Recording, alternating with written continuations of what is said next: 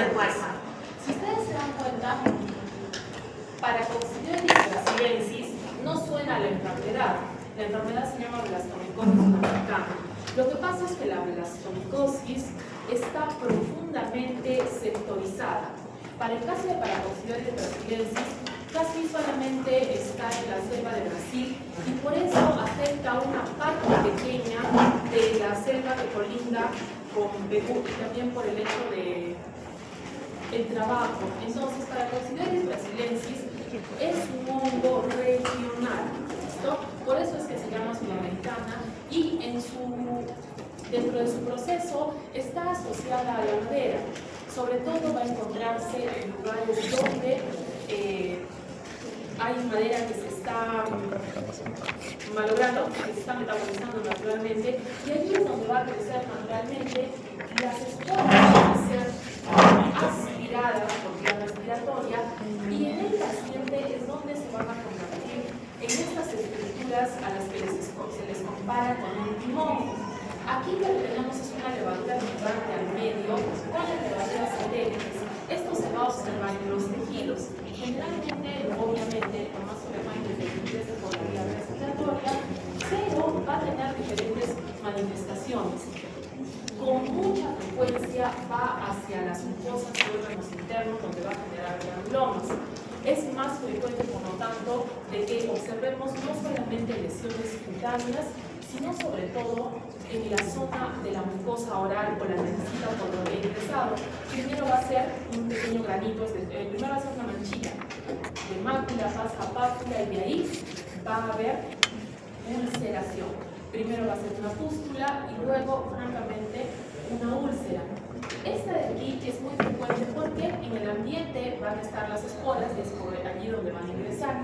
Es posible que aunque el paciente sea inmunocompetente, se disemine desde el pulmón y en otros casos también se asocia a que haya sido ingerida, porque obviamente estamos nuevamente viendo la posibilidad de que las manitos estén contaminadas, si es que hay algún tipo de alimento en esta área. Sobre todo son pacientes que supuestamente trabajan en todo lo que es cortar madera, que es una actividad bastante frecuente ahí por la selva, y entonces van a poder provocar daño también a nivel intestinal. Si es que el paciente tiene un sistema inmune competente y no tiene mayores problemas, es muy probable que se quede en el pulmoncito y el paciente lo interprete como un resfriado. Algunas veces va a haber tos y podría ser que se interprete como una neumonía que tiene varias semanas, y si es que tú revisas a este paciente, es frecuente que también haya daño en la zona de la boca y la lengua y las mejillas, ¿no es cierto? Pero en algunos casos, sobre todo cuando hay una fuerte exposición, o sea, aquí la cantidad de microorganismos que han ingresado, se puede hacer sistémica y dañar órganos como el hueso o algunos órganos endoplasmáticos. Para Coccidioides brasiliensis es frecuente que se presenten también lesiones cutáneas. Las lesiones cutáneas no es que sean características, sino que generalmente son ganglios que están inflamados. Entonces, vamos a tener que, en este caso, sobre todo sospechar en pacientes que trabajen en lo que son bosques, ¿no es cierto? Y que trabajen con madera. Cuando se está realizando la investigación a nivel pulmonar, podemos tomar varias muestras, ¿no es cierto? Jóvenes, el pulmoncito, ¿cuál es la muestra que tiene más sensibilidad? ¿Puedes hablar? No puedes hablar, no puedes. No me acuerdo, muy bien. Buena respuesta, no me dices. Sí, pues. Pero no sabe. Sí será. Pero ¿cuál es el que tiene más sensibilidad para el diagnóstico? El cultivo aumenta, pero necesitas la muestra. O sea, tú estás planteando un examen, ¿cierto? Es verdad, el cultivo tiene mayor sensibilidad comparado con otros exámenes, pero necesitas dar una muestra que mejore esa sensibilidad. Sería el lavado. La ventaja del lavado bronquialveolar es que vas a llegar más profundamente y aparte de eso, si lo aplicas como productivo, vamos a tener una sensibilidad mucho mayor. Es por eso, jóvenes, que ¿a qué me refiero? Si su paciente tiene algo raro, porque estos pacientitos no tienen una sintomatología precisa, ¿cierto? No tienen algo típico que digamos, si esto es tal cosa y lo arreglamos en 2 por 3. Entonces, en esos casos sí está justificado realizar procedimientos. Sí, si tienes claro el diagnóstico y todo se ve directo, está bien. Si no, es muy importante tratar de conseguir el diagnóstico lo más rápido y tienes que saber qué es lo que más rinde para estos casos. El esputo no va a ser de mucha ayuda. En este caso, sí vamos a preferir un lavado bronquio alveolar porque tenemos mayor oportunidad de conseguir las muestras. Además, en cualquier zona, sobre todo si está expuesta, ¿se acuerdan que generalmente tenemos ganglios que están afectados? Podemos realizar la biopsia. ¿Qué vamos a encontrar en la biopsia? Esta de aquí, que parece como una casita, es una célula gigante de Langerhans que está tratando de detener la infección, de la misma forma que se hacía en tuberculosis, porque si bien no se puede terminar con la infección, se la puede controlar. Y dentro de ella estamos viendo esa linfa redonda con las levaduras satélite que se están mostrando. Lo mismo estamos viendo en esta coloración, pero en esta coloración estamos observando que el honguito está mucho más notable. Para eso son coloraciones como PAS o las especiales argénticas que hacen que estas estructuras que en hematoxilina y eosina se ven un poco transparentes se hagan realmente notorias porque la pared tiene tendencia a agarrar mejor los colorantes que son pesados. Dentro de lo que es muestra de esputos, si tomamos lavado bronquial, podemos observar que un KOH directamente nos va a ayudar a ver mejor. Y este hongo normalmente se puede cultivar en 2 temperaturas. Cuando tenemos hongos que estamos sospechando que son dimórficos, como por ejemplo en este, puedes cultivar a 25 y a 37. A 25 vas a tener hifas y a 37 vas a tener levaduras, demostrando que la forma parasitaria de este caso es una levadura. En este caso, hay posibilidad de buscar anticuerpos. Para Coccidioides brasiliensis no tiene por qué estar en contacto con las personas, no hay una sensibilización previa y por lo tanto si tengo anticuerpos es porque mi paciente está enfrentando la enfermedad. Para coccidioidina es parte de los compuestos del honguito y existe sobre todo en lugares donde hay alta sospecha. ¿Por qué? Porque también es una prueba de intradermorreacción y como les había dicho, no tiene por qué tener ninguna reacción si el paciente no ha estado en contacto con el honguito. Aquí es muy importante tener en cuenta si es que tengo acceso a las lesiones para que sean quirúrgicas. Generalmente va a ir bien con amphotericina B y ketoconazol. El único problema es que va a ser un tratamiento largo.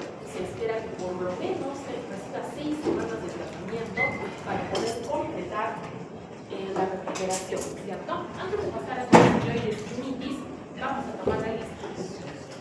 Por favor, recuerden que siempre los desiertos, por eso está aquí abajo. Para nosotros está por la zona sur, en lo que viene a ser el desierto que está entre Chile y Argentina, si no me equivoco, Atacama, pero el problema es que las esporas tienen una gran diseminación y por eso pueden aparecer casos, además también por lo que es movilidad. ¿Qué es característico? Que se forme esta estructura que está llena de las esporas y qué es lo que tenemos que reconocer. Esta va a ingresar también por vía respiratoria y va a diseminarse por vía sanguínea. Cuando las artrosporas se caracterizan porque la hifa puede partirse directamente en esporas. Ya sabemos que este es un mecanismo de protección para los honguitos y eso hace que vuelen muchísimo. El paciente va a pensar que tiene gripe porque está inmunocompetente y va a poder defenderse.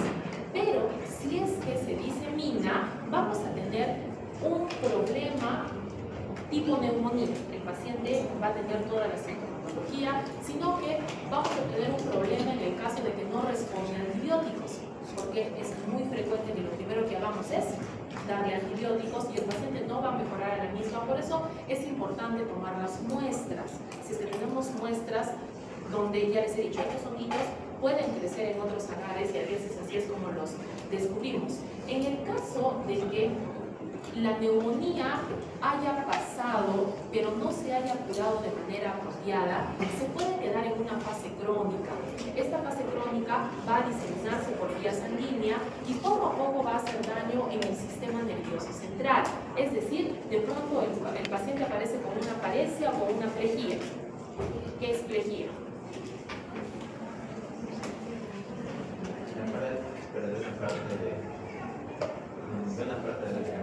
Muy bien, entonces las paresias son disminución de la fuerza y las plejías son ausencia de movimiento, que generalmente se acompañan de cuántas extremidades están afectadas, ¿no es cierto? Tetraplegia, hemiplegia, ¿no es cierto? Y ahí ponemos derecha, izquierda, superior, inferior. Ahora sí eras.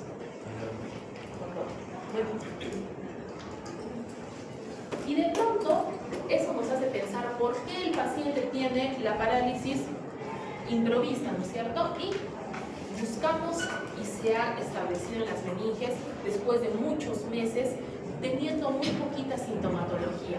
Esta de aquí es la coccidioidomicosis cutánea crónica, porque comienzan como lesiones pequeñas que poco van avanzando y parecen verruguitas. Lo peor de todo es que se disemine hacia huesitos y tengamos una meningitis aguda, en cuyo caso sí vamos a tener problemas. Esta de aquí, la coccidioidomicoides diseminada, está muy asociada a pacientes con VIH. En este caso no es exclusiva, como ya les había dicho en otros honguitos, pero sí, en caso del paciente con VIH tenga coccidioidomicoides, lo que va a hacer es tener la versión diseminada, ¿no es cierto? Esta estructura redondita se llama espérula. La podemos observar si tomamos una muestra directa de las lesiones o de líquidos cefalorraquídeo, pero también va a estar encerrada en los tejidos cuando tomamos biopsias. Estas espérulas están llenas de esporas y estas van a crecer muy fácilmente, pero tenemos que tener mucho cuidado en este caso. Sí se pueden cultivar, o sea, si yo pongo el líquido de mi pacientito a cultivar, va a crecer. El único problema es que estas esporas son sumamente costosas. Entonces, para poder hacer un cultivo de estos, tienes que tener un nivel de bioseguridad 3 que no tenemos. Por eso se recomienda en estos casos, por eso es que tenemos varios exámenes. Porque si tú estás mirando una espérula en KOH, no vas a cultivar si no te ha hecho nada la humanidad para que tú y todos tus compañeros más bien de hospital estén en riesgo de contagiarse, ¿verdad? Entonces, esto es muy importante y por eso es que tenemos otros exámenes. Si tenemos acceso a anticuerpos específicos, es mucho mejor. No tenemos por qué tener anticuerpos si es que están positivos, mi paciente tiene infección y no tengo que llenar el laboratorio de ¿cómo se dice? Esporas peligrosas, ¿no es cierto? Muy bien. Los métodos son diferentes, están mejorando porque la vinculación en látex no está buena, más específica, más bonita y lisa. Sí se puede cultivar en nivel de bioseguridad 3, pero no se recomienda, ¿cierto? No queremos tener una infección más, o sea, ya hay suficiente gente enferma en el hospital, no necesitamos agravar esto. Si el paciente está en buen estado inmunológico, podría recuperarse sin tratamiento, pero si es que ya tiene alguna de las manifestaciones en mayores, es preferible comenzar con amphotericina y ketoconazol.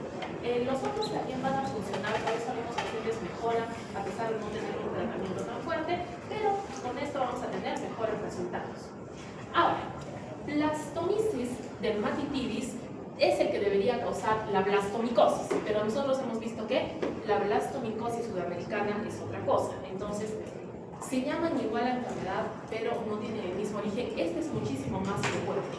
Esta está asociada a bosques y en la parte de América del Norte es bien famosa. Toda la parte de los bosques de Canadá están cubiertos. Doctora, a mí me interesa eso porque no solamente va a atender los pacientes que llegan desde cerca de su casa y aparte de eso, estas de aquí son bastante reconocidas mundialmente y por eso es que algunas veces pueden ustedes tener preguntas de este tipo, ¿no es cierto?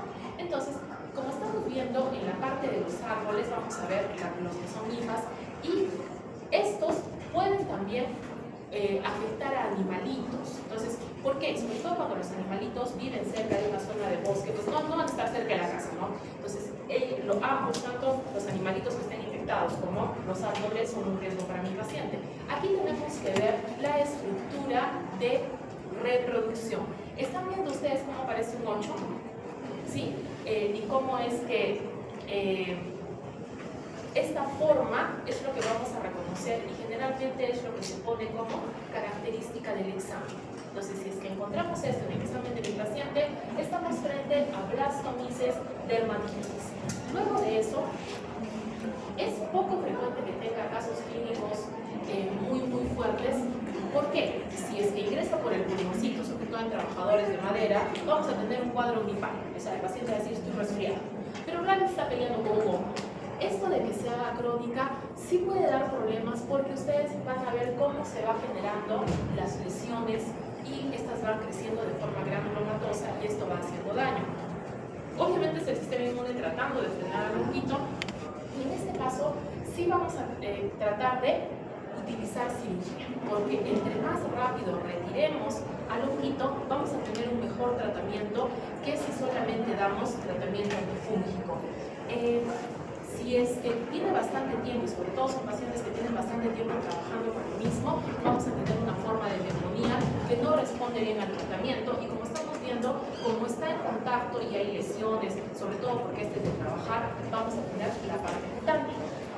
Vamos a ver las levaduras que les había dicho, ¿no es cierto? Que parecen como un moncho porque recién se están separando y lo mismo podemos observar ya sea en esputo o en biopsia.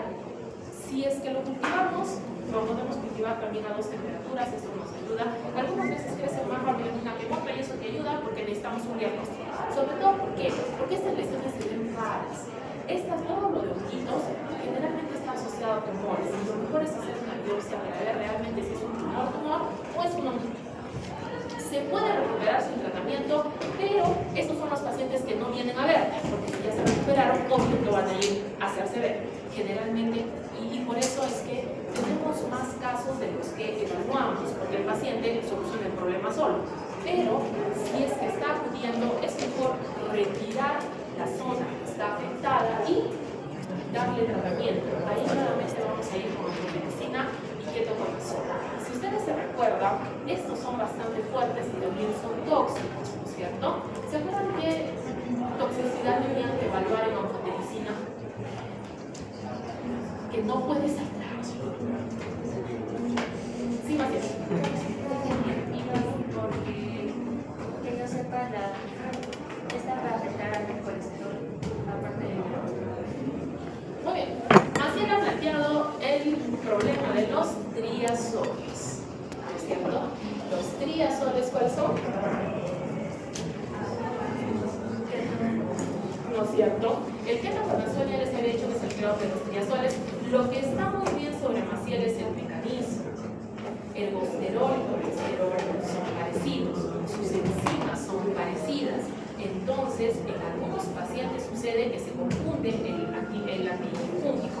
Va y dice, esta es la enzima que tengo que atacar y para, le va a decir, ¿y dónde se produce colesterol, como ha dicho su compañera? En el hígado.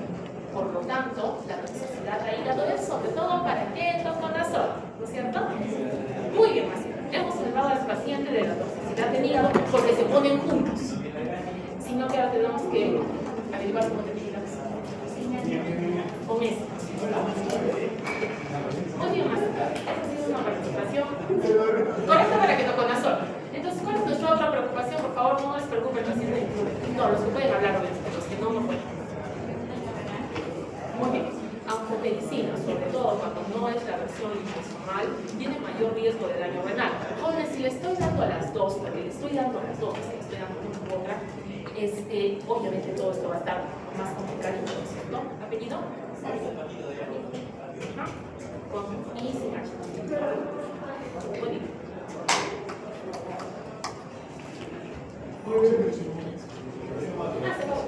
Entonces ahora nos faltan los honguitos ambientales o oportunistas.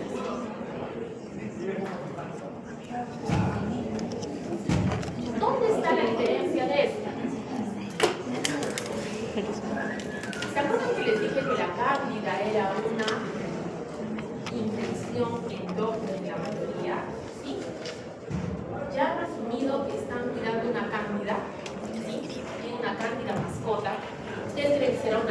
sea de las malas. También es mala, o sea, que no se crean. Entonces, ¿cuál es la diferencia, jóvenes? Estos de aquí atacan porque tienen oportunidad cuando mi paciente está lastimadito. O sea, mi paciente tiene que tener algún daño. No es como la cándida que ustedes la cuidan y la alimentan, ¿no es cierto? Le han enseñado, este espacio es para las bacterias, este espacio es para ti, mientras todos vivan en paz, todos vivimos tranquilos. En la primera oportunidad que tiene, se escapa y genera molestias. En cambio, no, tenemos que tener un problema de fondo.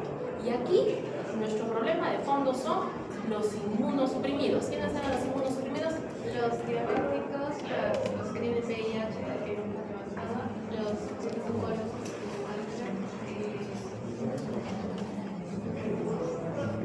Tú fuiste el segundo. También se puede considerar a los que están tratados. Ya. Entonces ya hemos establecido que son cosas distintas. ¿Por qué los trasplantados son inmunosuprimidos? O sea, tienen que uno tiene para que... No, ¿quién los tiene? ¿Quién? O sea, no le echen la culpa a otra gente. O sea, es muy importante que reconozcamos cómo es esto, ¿no es cierto? Les vamos a dar tratamiento inmunosupresor. ¿Listo? O sea, con todas las letras. O sea, no es que el paciente diga, ay, hoy ya me voy a ir inmunosuprimido. Me siento inmunosuprimido. ¿Apellido? Chávez. Y al fondo creo que se manda pero esto bello. Se deja, ¿no? Muy bien. Entonces, jóvenes, ahí tenemos que aclarar dos cosas. Inmunosuprimidos son 3. A la cabeza de la lista, los que están recibiendo tratamiento oncológico. ¿Listo? ¿Por qué? ¿Quién le está dando la terapia oncológica al paciente? El paciente solito, seguro. No. Tenemos, por favor, si va a quedar algo grabado en su cabecita para la eternidad, porque en microbiología es posible que se olvide. Ya hay que asumir eso, no se preocupe. Pero si algo tiene que quedar en su cabecita es que todos los tratamientos antineoplásicos van a afectar al sistema inmune. Entonces, el pacientito está inmunosuprimido. En segundo lugar, el inmunosuprimido que nos ha dicho su compañero, el paciente trasplantado. Le tengo que dar inmunosupresión o va a destruir el. Y el tercero es el paciente VIH. ¿Listo? Curiosamente, VIH aquí no es famoso. En el caso primero que vamos a ver de los hongos ambientales oportunistas está Aspergillus. Jóvenes, ustedes no crían un Aspergillus, no tienen un Aspergillus mascota. Si se enfrentan a un Aspergillus, porque es frecuente, el Aspergillus tiene por trabajo deshacer desechos orgánicos, y cuántas veces han pasado junto a la basurita y han sentido que todo por ahí huele fatal. Parte de eso son esporas de honguito. ¿Qué les ha pasado? Absolutamente nada, ¿no? Porque pasan presurosos y se respiran las esporas y no pasa nada. ¿Alguna de esas queda viviendo con ustedes? No. El Aspergillus no es flora, ¿listo? Es el hielo. Tu sistema inmune está bien, muere. Tu sistema inmune está mal, estamos en problemas. Entonces, el que es más importante es Aspergillus fumigatus. El segundo en frecuencia, pero que da casos clínicos más raros, es Aspergillus niger. Los otros también pueden aparecer. ¿Por qué necesito que aprendan fumigatus y niger? Porque son mucho más frecuentes. Ya conforme vayan aprendiendo más, los otros también pueden aparecer.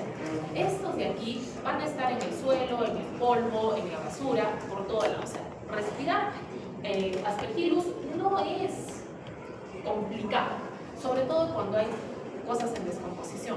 Por eso es que los han visto nuestros pacientitos trasplantados que siempre están con su mascarilla, ¿cierto? Porque si mi pacientito trasplantado pasa por la basura y se respira los Aspergillus, él sí va a estar en problemas, ¿listo? Y para las personas que no tienen un sistema inmune dañado, vamos a tener un caso bastante particular. Jóvenes, ¿cómo se llama la alergia que ataca el pulmón? ¿Nos pueden hablar? Sí. Muy bien. Muchas de las personas que tienen su sistema inmune pueden hacer alergia a la toxina de Aspergillus. Entonces, respiran el Aspergillus y les da asma. Esto es bien frecuente en personas que trabajan en el campo. Si tienen tendencia a hacer alergia al aspergillus, el paciente va a tener asma, pero un asma preciso. O sea, si lo sacamos del aspergillus, ¿va a mejorar? ¿Entienden? Entonces, esa era...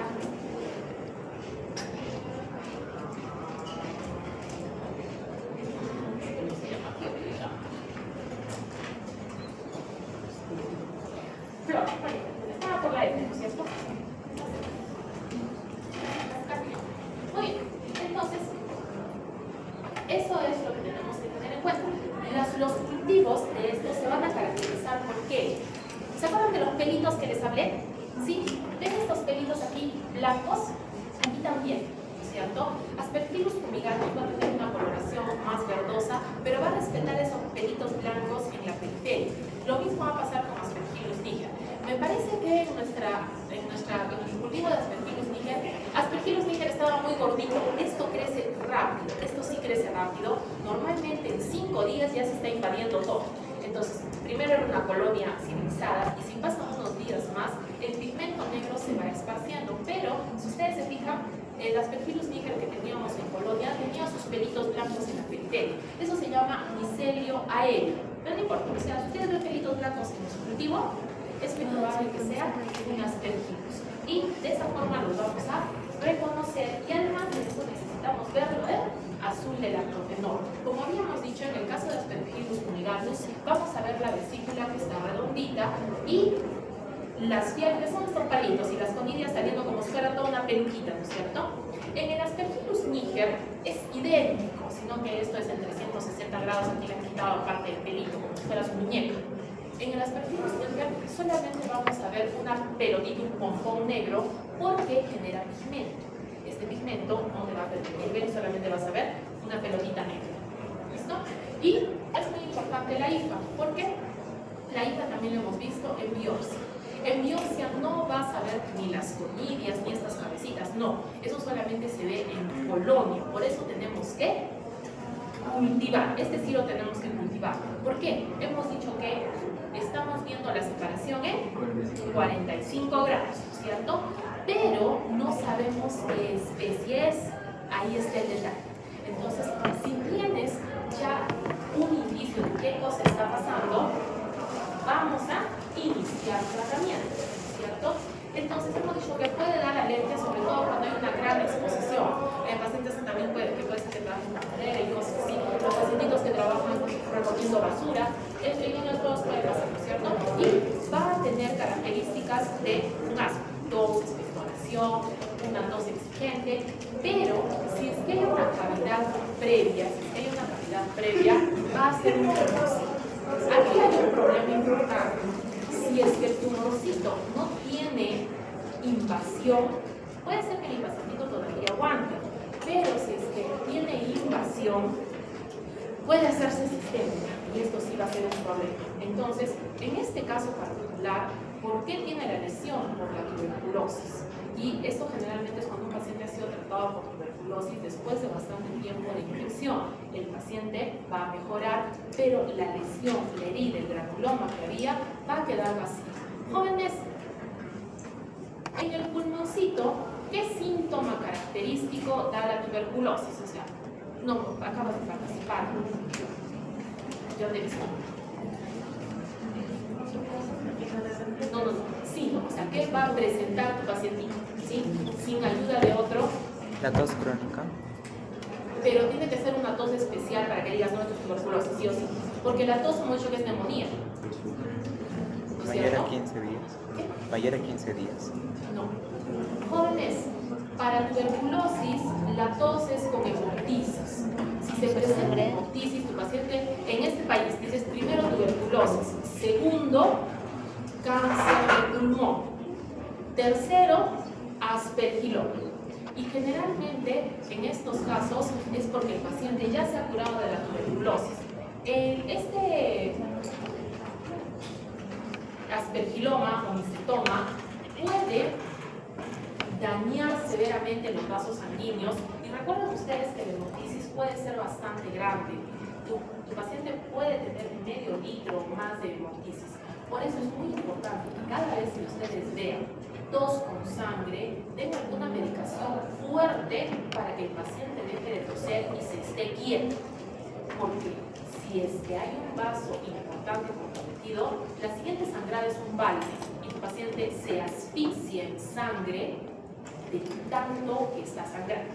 Entonces, por eso, gotitas de sangre o sospecha o hemoptisis de verdad, tratamiento para que el paciente deje de toser y se esté quietecito, ¿no es cierto?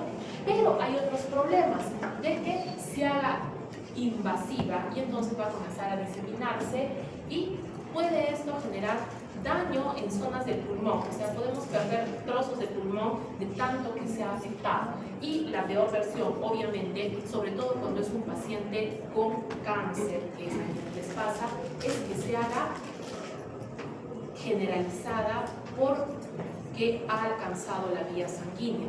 Y entonces ahí sí es bien difícil que tu paciente sobreviva. Entonces, por eso, el pacientito que tiene tratamiento con quimioterapia hay que tener mucho cuidado. Eso se llama desfocalización.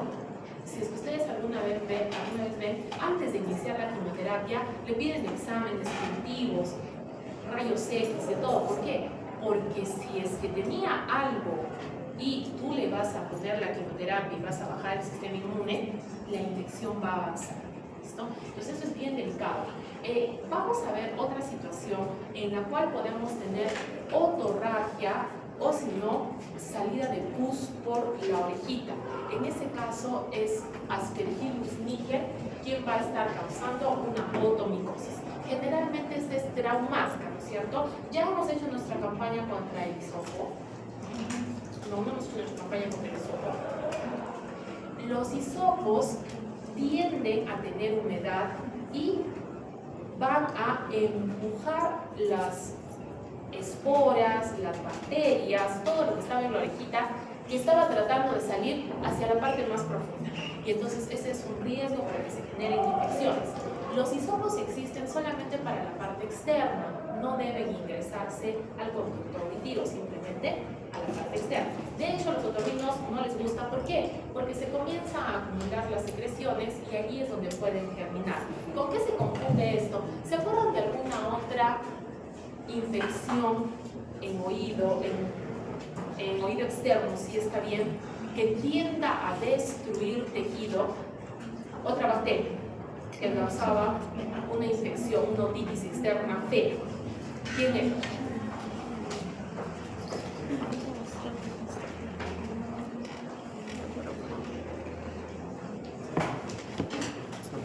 Ya está, no, un poquito, ¿cómo se dice? Flor. Pseudomonas aeruginosa tiene la capacidad de generar otitis maligna, o sea, Pseudomonas pueden ingresar hasta piñasco. Aspergillus niger solamente destruye hasta el tímpano generalmente cuando lo encontramos. Igual está bastante mal, ¿o no? Sí, ¿cierto? Muy bien, ¿cómo apellidas, señora? Tú eres Aileen, ¿cierto? Muy bien. Aquí están. Jóvenes, ¿qué significa bipopio? Es la presencia de luz en la cámara.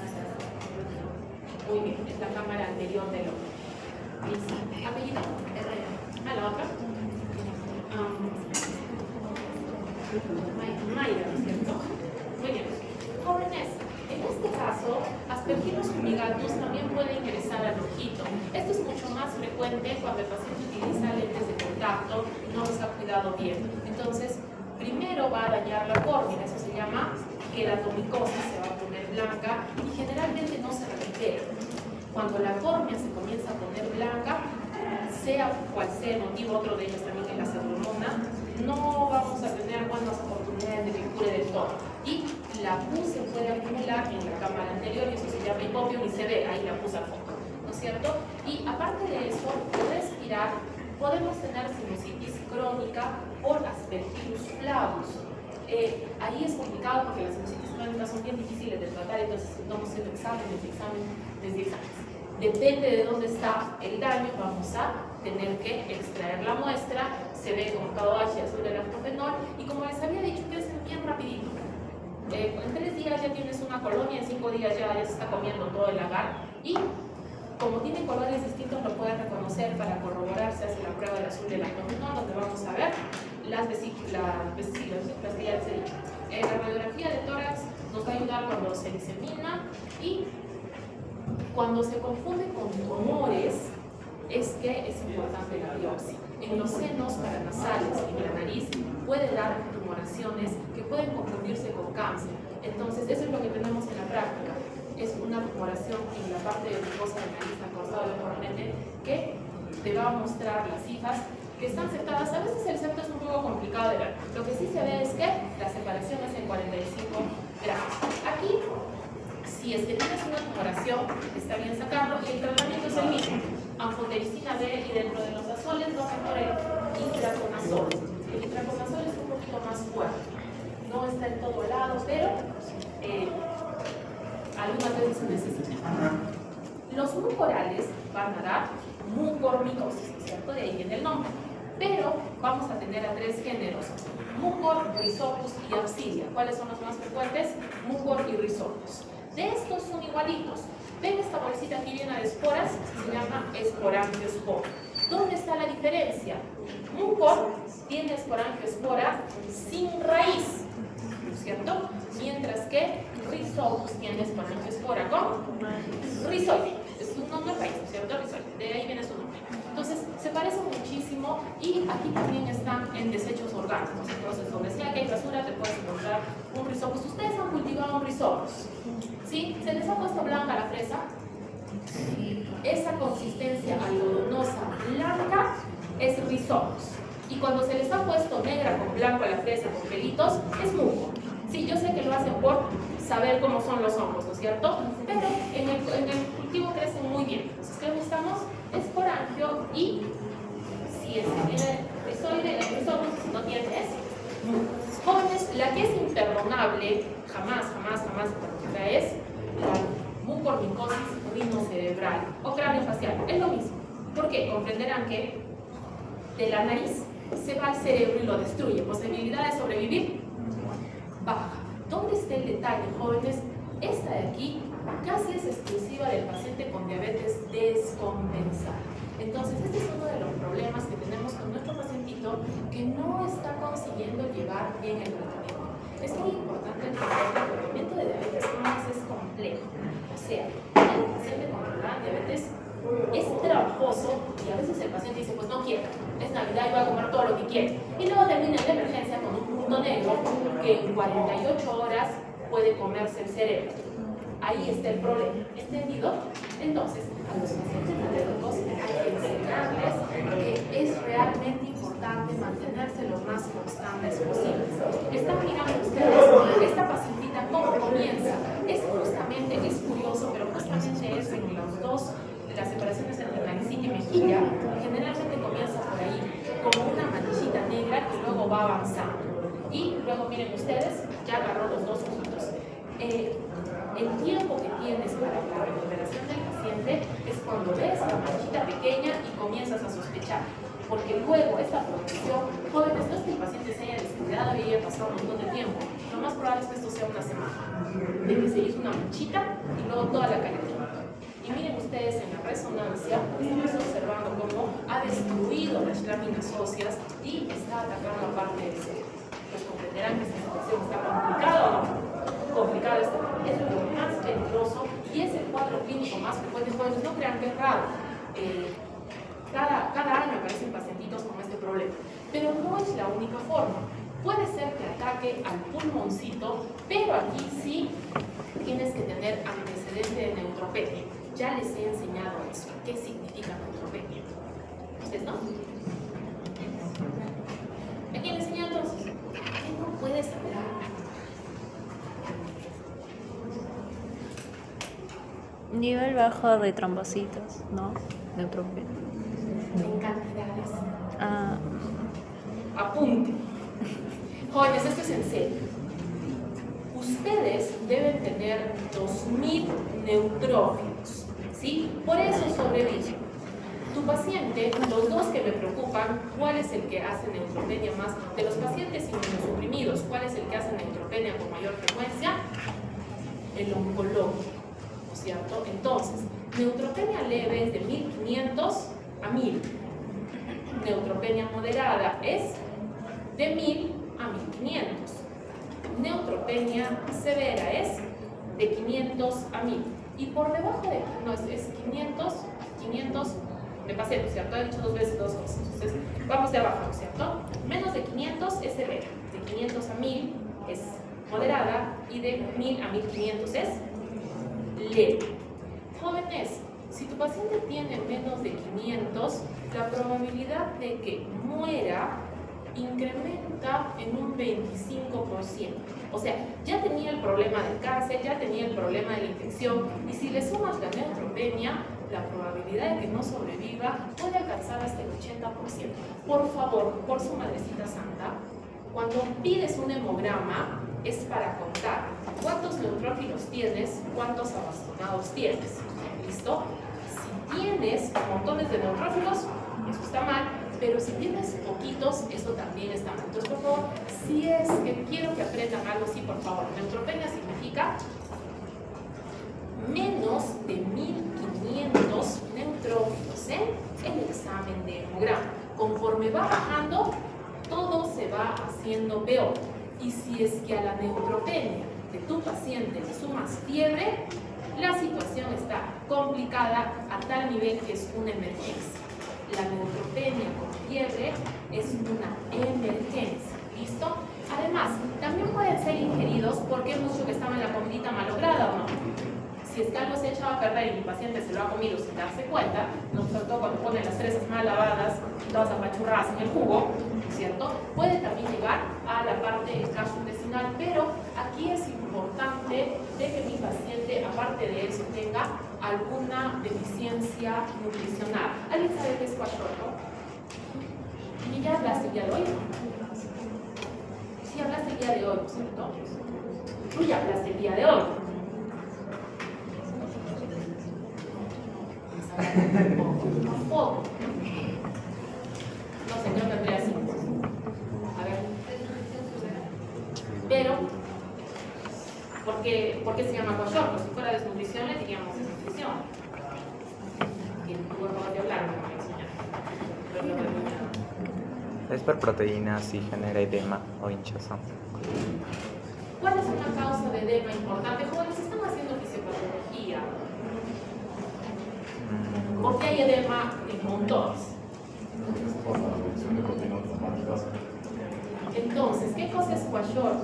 Kwashiorkor es la desnutrición donde hay aporte de calorías. O sea, el paciente come alguito, generalmente carbohidratos, pero no consume proteínas y por eso está edematizado, porque no tiene proteínas. Chávez. ¿Y el otro? Gonza. Primero vamos con Chávez. Fabricio. Muy bien. Gonza. C, ¿cierto? Muy bien. Entonces, eso es muy importante. Puede diseminarse de forma hematógena y para eso tenemos que el paciente tiene que estar inmunosuprimido y es muy importante tener en cuenta que este es otro motivo por el cual los quemados no reciben visitas. Rhizopus y mucor están en muchas frutas y verduras. Ustedes buenamente pueden llevarle una naranja al paciente y le están llevando esporas de Rhizopus que pueden contaminar la quemadura. Entonces, por eso es que a los pacientitos quemados no se les permite visitar y no se les permite que se lleven nada. ¿No es cierto? Estamos viendo que la forma pulmonar puede ocasionar daño de forma generalizada y puede generar infarto pulmonar. Es decir, vamos a perder un trocito. Esto es lo que le pasa a mi paciente también si es que se disemina. Aquí estamos viendo un pacientito que ha sufrido la parte intestinal, que hemos dicho que está el neutropénico, el del pulmoncito, era mi paciente con neutropenia, ¿cierto? Este es el pequeñito con kwashiorkor, que al comer cualquier cosa se produce necrosis y tengo que extraer esa zona de intestino porque si no, no va a sobrevivir. Aquí en la piel puede ser que sea mi paciente diabético y esto va a hacer que se destruya, pero en este caso este es un pacientito con leucemia y hemos dicho, el cáncer es una mala noticia, pero el tratamiento contra el cáncer va a disminuir muchísimo más y miren ustedes, solamente por las esporas está teniendo esta destrucción de la piel, que nos va a dar úlcera, ¿cierto? Entonces, cuando tenemos una úlcera en diabético, en cualquier lado, puedes tener bacterias, anaerobios y hongos. Por eso es complejo y por eso generalmente se extrae. Entonces, así, hacemos un raspado, hacemos una biopsia, cultivamos, crece muy rápido, ya les he dicho, parece un algodoncito, y se puede realizar también curetajes en otros lugares. La coloración de pasa hace que sea más notoria la hifa se puede observar, sino que se ven más gorditas y más desordenadas que las de alpequilos. Vamos a tratar con anfotericina y ketoconazol principalmente.